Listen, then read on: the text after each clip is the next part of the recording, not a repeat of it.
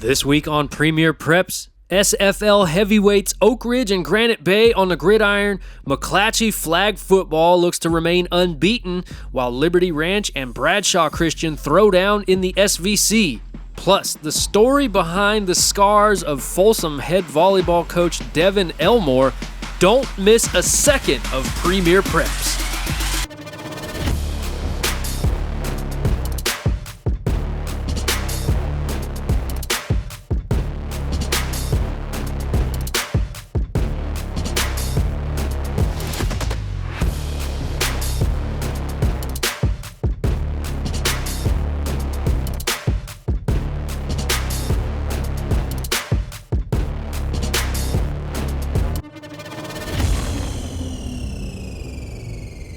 Welcome to episode 6 of Premier Preps with me, your host, Nick Pecoraro. Thank you as always for spending some time on your Sunday. We've got a great show lined up this week as we hit the thick of league play all around.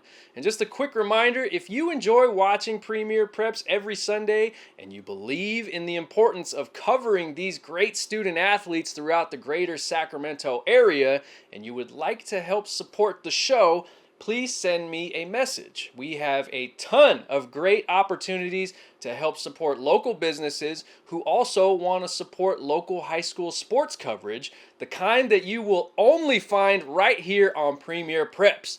We're kicking this week's show off in the Sierra Foothill League, where there are must-see matchups every week, and this game is no exception. Oak Ridge might be the best 1-3 team in the section. They've just scheduled some powerhouses in their non-league slate.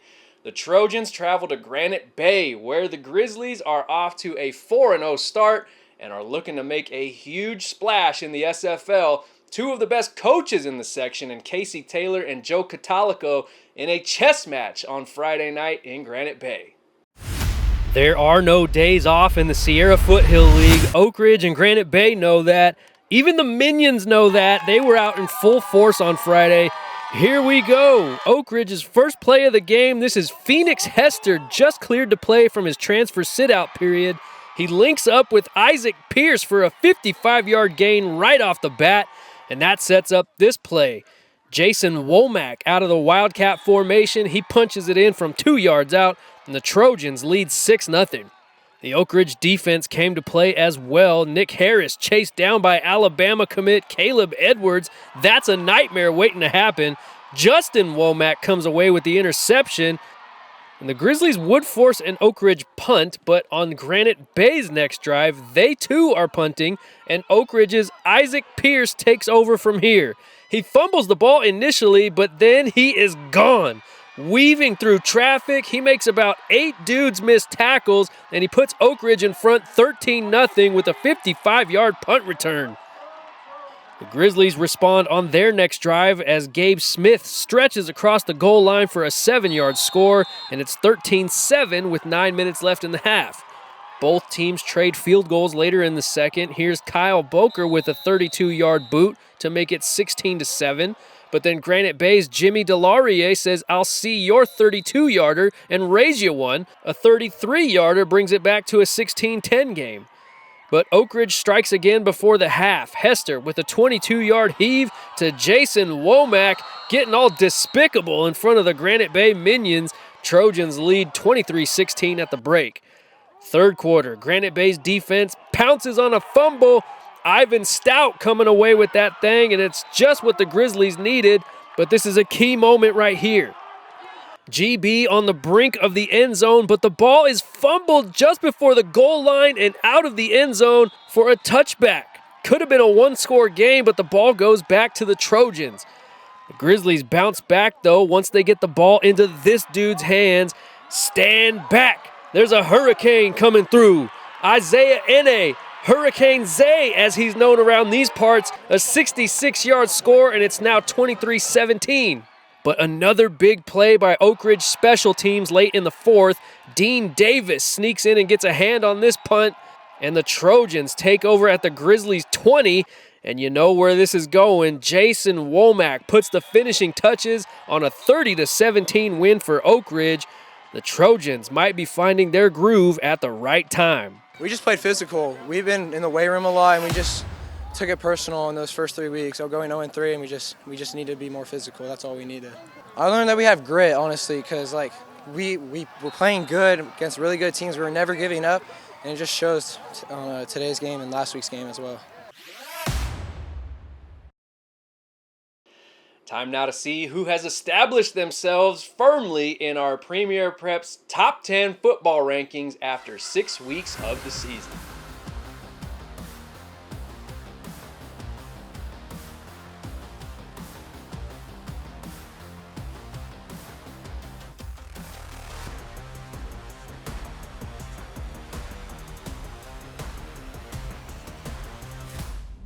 No team entering this week had more wins with a 0 still in the loss column than the McClatchy Lions.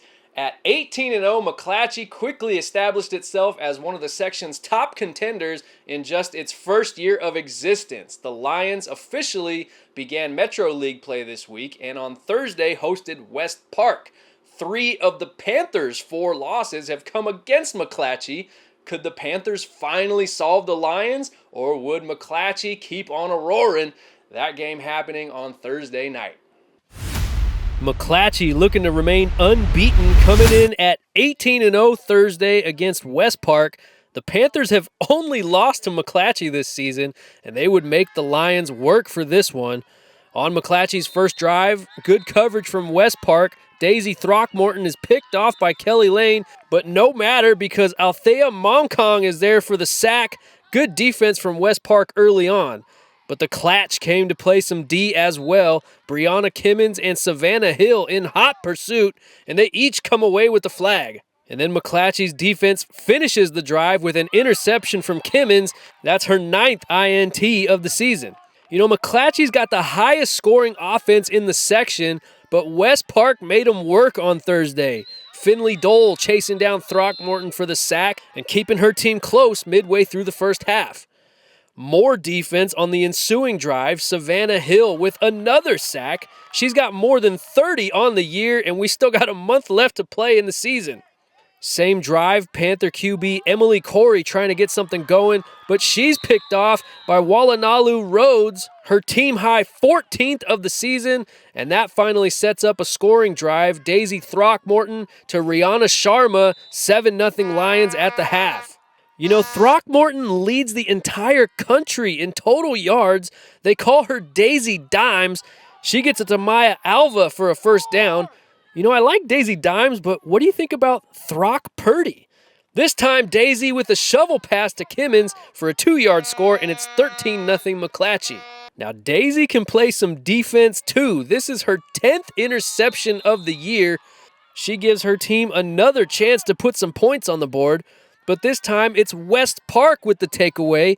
Layla Karzai taking it the other way for the Panthers, and that sets up this. An 11-yard score, Emily Corey to Sierra Miller.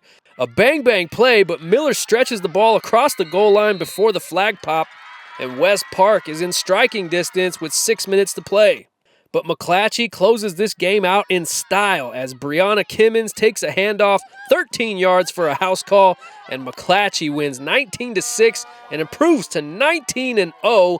Daisy Dimes, what's been the secret sauce for the Lions?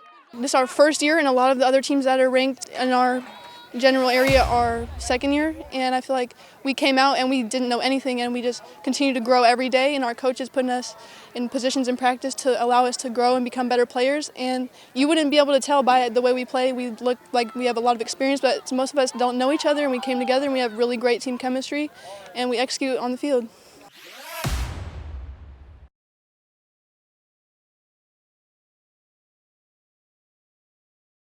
So much talent in this section for girls flag football. Let's take a look at who we've got rounding out our Premier Preps Top 10 after 6 weeks of the season.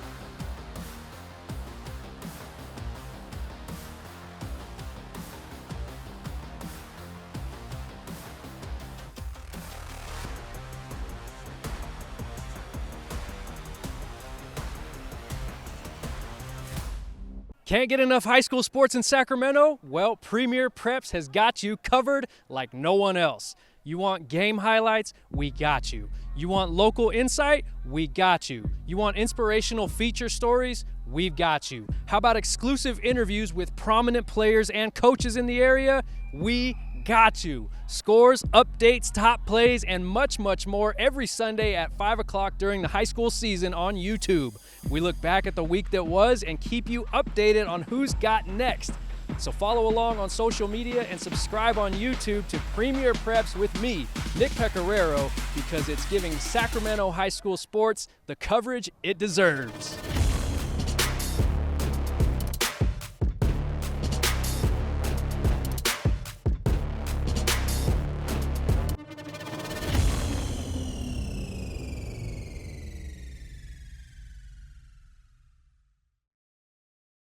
Folsom Volleyball is on a tear this season, and the program has been on the rise over the past few years, coinciding with the arrival of head coach Devin Elmore.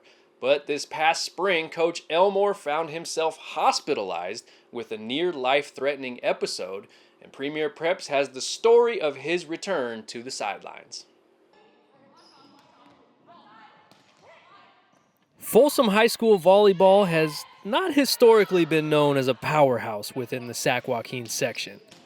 8 straight single-win seasons plagued most of the 2010s for the Bulldogs, but there's been an upswing in Bulldog Nation on the volleyball court, coinciding with the arrival of head coach Devin Elmore. I think a lot of that has to do with him coming in.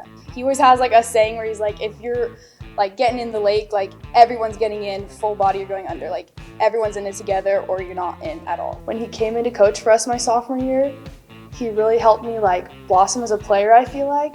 I think he just wants what's best for us, and he also wants to win, which drives everyone else to just work harder. Growing up in the area, you know, Folsom football definitely has always been kind of the talk of the town, even since I was little. So it's like getting this opportunity to come into a well-established program or school that's known for sports but hasn't quite had that same success in volleyball yet. Kind of any coach's dream, really. The team has bought into Elmore's philosophies. Folsom reached the NorCal Final Four last year and is off to a promising start in 2024. I think things could have gone a lot differently if he hadn't come to our program when he did. And it's been uphill since then, and I feel like a lot of that has to do with him being so invested and him really caring about the girls and the sport, and he just loves it, and he makes us love it because of his commitment, I guess. When they're playing their best, like there's no one out there that they're afraid of, so it's going to be a fun season. But it was only a few months ago that the Bulldogs were uncertain if their head coach would even be on the sidelines for this season, as they received news back in April that Coach Elmore had been suddenly hospitalized. I got real sick, and I was like throwing up one night and think it was like food poisoning or something, and just kept kind of gradually getting worse throughout the week. And it was weird because I wasn't really having any other like flu type symptoms, but my body was super, like chest and back were super tight, and my neck was starting to get super stiff. And we went to the ER, and they were like, hey, there's nothing showing up on your x-ray, no bronchitis, no pneumonia, no COVID, so we don't really know what's going on. We're going to send you home with some antibiotics, but keep us updated. And 2 days later, I woke up and my whole throat had closed up. I couldn't like swallow anything. I couldn't drink. I couldn't eat food. While not 100% certain, doctors believed it to be a case of Borhavi's syndrome, described as a spontaneous rupture of the esophagus that, if not treated immediately, can be fatal within days. To then be told, you know, you're going to be getting surgery, and the surgery is so intense that we're actually going to put you in an ambulance and drive you over to a different Kaiser because that's where they have the chest specialist that will need to do your surgery. After that first initial surgery of my neck and my chest, they had to go back in and do another one in my neck/throat and get the rest of the infection out of there. They actually had to like reteach me how to swallow with a speech pathologist because the whole time I was in there, I was being kept alive by a feeding tube they put in my nose, down to my stomach, and whatever they were putting in my IVs, you know. So I didn't actually take a bite of food or drink something for 2 weeks. 3 emergency surgeries in 3 days kept Elmore in the hospital for 2 weeks. Luckily, he had the support of his family and his players. No one really knew like why he was in the hospital, like what kind of sickness he had, what his specific condition was.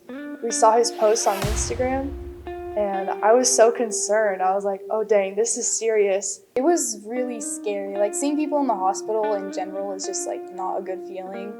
But like as soon as we walked in, we were like, oh, like a punch in the face almost. Like, he's going through it. They just lifted my mood, They're cracking jokes and they're not treating me any different. And so that probably made me feel a lot better because, like I said, it's really easy to start feeling sorry about yourself. And they come in and remind you and humble you a little bit and let you know everything's going to be okay. Slowly but surely, Elmore made his way back to the coaching bench. Firstly, with a pretty cool battle scar for which they're still trying to formulate a good origin story. Bar fight, because I got the stab wounds on the side and the big cut across the neck. And oh my gosh, we were like, he got attacked by a bear or something. He just wanted to change it up. That's what we said. We were like, you should just tell people that you got head replacement surgery. I'm saving a damsel in distress or something. I think that was kind of like my go-to for a little while. Someone came into his house and he was coming to rob him, but he fought back. But the guy stabbed him or something. Whole new body, whole new face, everything's just different. We were like, just switch it up. There's so many ways you could go with it. And secondly, with a whole lot of gratitude for family, for life, and for volleyball. Even a horrible day at volleyball was better than my best day in the hospital. It's exciting for everyone and exciting for him that he's back to where he was and he's getting back in his groove, so. I've always thought scars are just something that shows that you're stronger than whatever tried to take you out. Come out the other side, still have a good positive outward look on the world, and show love to those in my life that I am appreciative for, no matter how little. So that's my biggest takeaways. From Folsom High School, I'm Nick Pecoraro, and this is Premier Preps.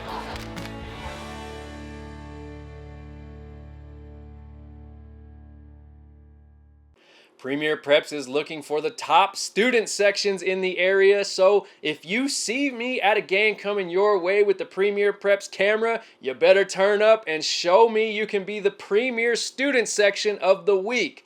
This week we've got West Park in Roseville, known as the Claw. Little construction crew helping the Panthers off to a 5-0 start this season. Remember, even if I'm not at your game, tag me in a post on social media with your student section going crazy, and we'll see if we can get you a spot on the show. Liberty Ranch Volleyball entered this week at 20-2 and banging on the door of our Premier Preps Top 10 Girls Volleyball rankings.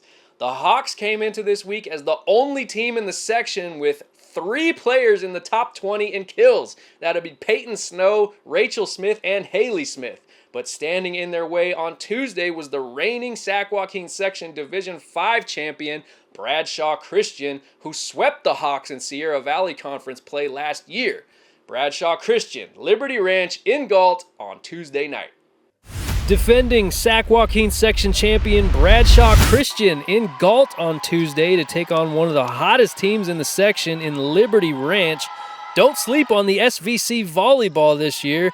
Here we go, set 1. Haley Smith, founding member of the #CoolKids Club, getting things going for the Hawks.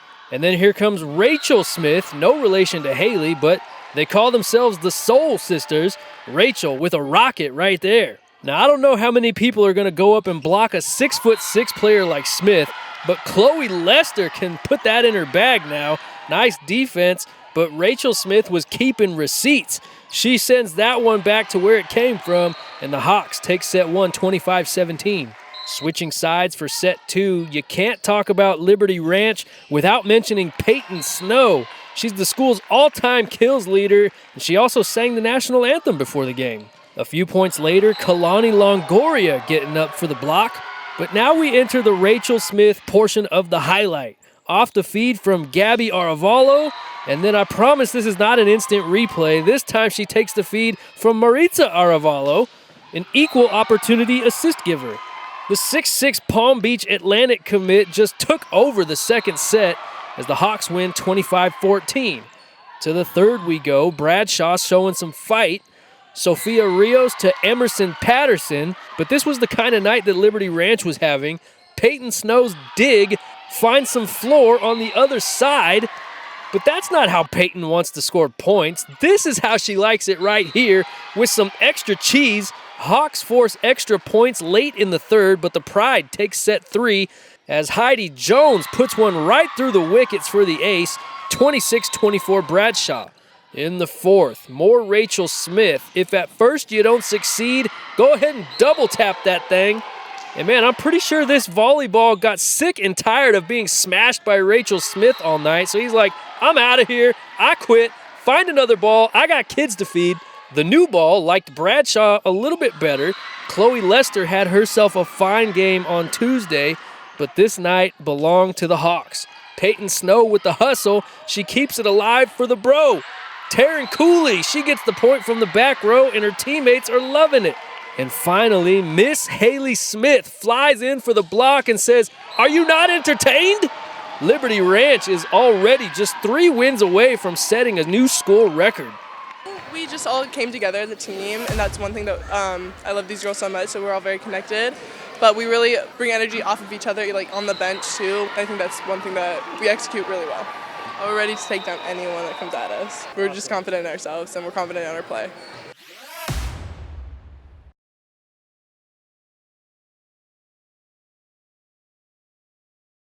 All right, time once again for our Premier Preps Girls Volleyball Top 10 rankings. Things are starting to solidify a bit. We'll be talking playoffs sooner than we know it. So let's see what we've got after 6 weeks of the season.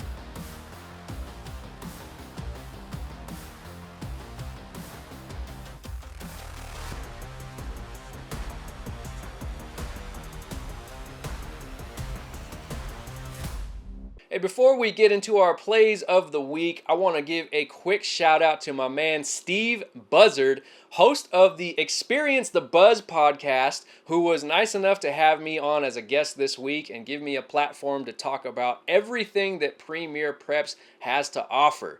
You can watch it on YouTube at Buzzard TV, or you can listen on Spotify or Apple Podcasts, or you can check out everything that Steve Buzzard does at buzzardball.com. He runs a tremendous youth basketball league, which culminates with championship games at Golden One Center, the home of the Sacramento Kings. He even DJs for weddings. There's not much that this dude can't do, and I'm super appreciative and grateful for the opportunity to talk about Premier Preps on his podcast. So please go check it out and consider subscribing to Buzzard TV over on YouTube. I'll leave some links in the description section of this video. Steve, you are the man, buddy.